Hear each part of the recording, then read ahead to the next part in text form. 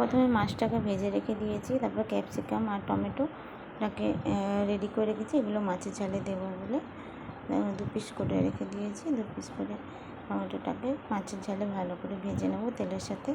এখানে পেঁয়াজ, আদা, রসুন, লঙ্কা ভাজতে দিয়েছি, ভালো করে তেলের সঙ্গে নেড়ে নেব, ভালো করে ভেজে নিয়ে আদা, রসুন, পেঁয়াজ, লঙ্কা ভালো করে ভেজে নেব। ভাজা ভাজা হয়ে আসলে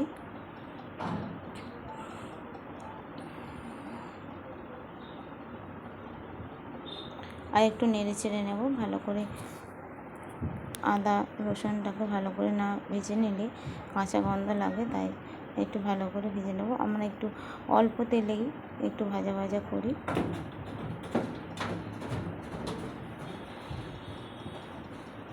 তাতে লঙ্কা গুঁড়ো, হলুদ গুঁড়ো, জিরে গুঁড়ো দিয়ে দেবো।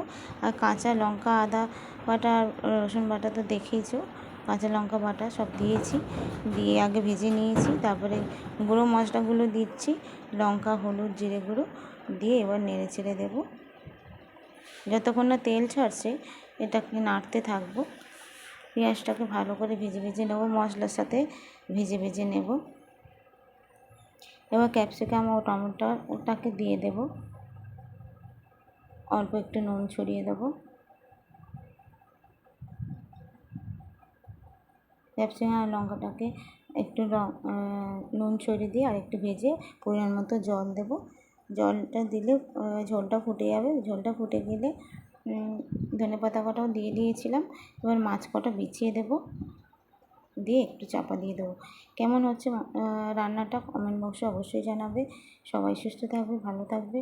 আর আমার রেসিপি রান্নাগুলো কেমন লাগছে অবশ্যই কমেন্ট বক্সে জানাতে ভুলবে না বন্ধুরা। এবার একটু চাপা দিয়ে দেবো। দেখো চাপা দিয়ে খুললাম, প্রায় হয়ে এসছে মাছের ঝালটা। কেমন লাগছে গেটআপটা অবশ্যই জানাবে। কমপ্লিট মাছের ঝাল আর চচ্চড়ি আজকের মেনুতে। টাটা, বাই বাই, সবাই সুস্থ থেকো, ভালো থেকো।